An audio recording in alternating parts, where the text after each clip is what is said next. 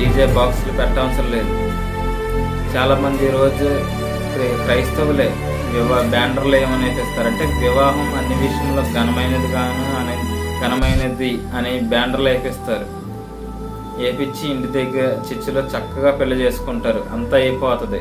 అయిపోయిన తర్వాత ఇంటికి తీసుకొచ్చాక అసలు రంగం మొదలవుతుంది. ఏంటంటే ఇప్పుడు ఆ ఐటెం సాంగ్స్, ఒకప్పుడు ఐటెం సాంగ్స్, ఇప్పుడు ఐటెం గర్ల్స్ని తీసుకొచ్చి చేసేస్తున్నారు. ఈరోజు చాలామంది వివాహం అన్ని విషయంలో ఘనమైనదిగా అని చెప్పేసి బ్యానర్లు వేపిస్తారు.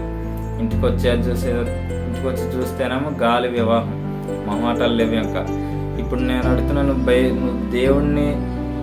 దేవుడిని వివాహంలో ఉండాలని కోరుకో, తప్పులేదు. అంతేగాని అడ్డమైన దారులను తొక్కితే వివాహం అది సరైన వివాహం కాదు. అది దేవుడు మెచ్చడు. వివాహం అది ఘనమైనదిగా నువ్వు చూస్తావేమో, నేను ఎంత బాగా చేశాను, ఇన్ని పాటలు చేశాను, లేదా ఇంతమంది ఐటెం గర్ల్స్ తీసుకొచ్చి డ్యాన్స్ వేయించాను, అది చేయించాను, 70 కూరలు పెట్టాను, 100 రకాల ఐటమ్స్ పెట్టాను అని చెప్పేసి నువ్వు అనుకుంటావు. కానీ అది దేవుని దృష్టికి అది అపవిత్రమే తప్ప పవిత్రమైనది కాదు. అది పరిశుద్ధమైన వివాహం అని నువ్వు తలంచుకుంటావే తప్ప దేవుడు అలా అనుకోడు. అది నేను మొహమాటలాగా చెప్తున్నా, అది గాలి వివాహమే.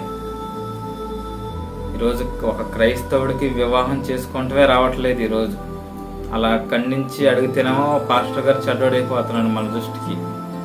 ఈరోజు సిగ్గు శరం లేకుండా ఒక క్రైస్తవుడు వివాహం అనే విషయంలో ఘనమైనదని చెప్పుకుంటూ ఎవరో ఒక గాలిని నువ్వు తీసుకొచ్చి నువ్వు ఆ వివాహంలో ఎగిరిస్తే, నువ్వు ఐటెం సాంగ్స్కి పెట్టి ఐటెం గర్ల్స్ని ఎగిరిస్తే నువ్వు వివాహం ఘనంగా చేస్తానని నువ్వు అనుకుంటే సరిపోద్దా? దాని బైబిల్ని మెచ్చొద్దా? ఈరోజు అవే తెలియట్లేదండి. ఒక క్రైస్తవుడికి వివాహం, సరైన వివాహం ఎలా చేసుకోవాలో తెలియట్లేదు. ఇప్పుడు ఈ వివాహం చేసుకుని ఈ గాలుడు ఎవరికి తెలియదుగా. ఈడ 4 రోజులు చక్కగా చర్చికి వస్తాడు.